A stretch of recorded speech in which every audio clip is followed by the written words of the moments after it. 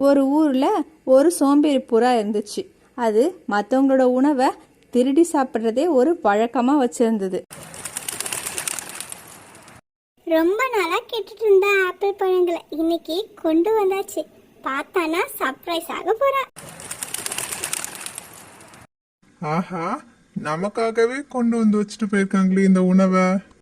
Taste பாத்திர வேண்டியதுதான். ஆஹா, என்ன சுவை என்ன சுவை. அதுவும் திருடி சாப்பிடுறது தனி சோகம்தான். அவங்க வரதுக்குள்ள நாம போயிடுவோம்.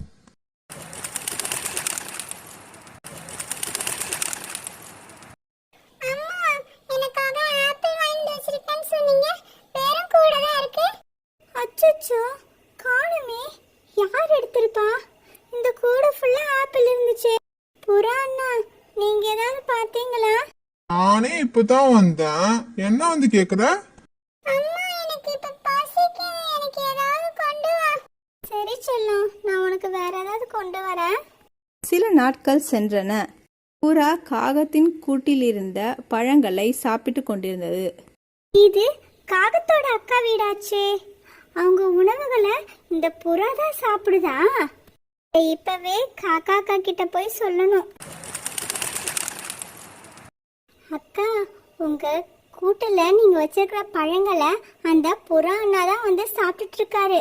தண்ணி எடுத்துட்டு போலான்னு வந்த, அதுக்குள்ள அந்த புறா வந்துடுச்சா? அந்த புறாவை என்ன பண்ண போறேன் பாரு. என் குட்டிக்காக வச்சிருந்த உணவையும் இந்த புறா அண்ணா தான் சாப்பிட்டுட்டாங்க.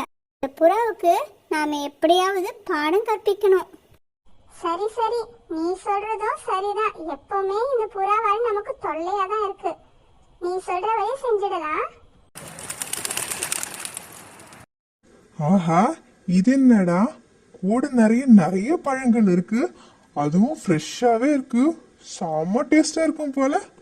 பூந்து விளையாட வேண்டியதுதான். புறா அந்த உணவை சாப்பிட ஆரம்பித்தது.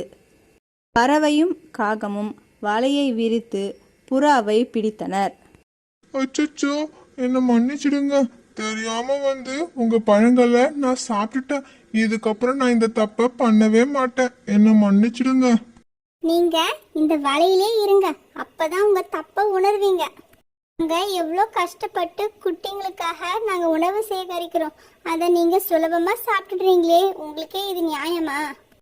நீ ஒவ்வொரு தடவையும் இதே தப்பதான் செய்யற. இந்த வாட்டி உன்னை நாங்க வலையில இருந்து விடுவிக்க போறதில்ல.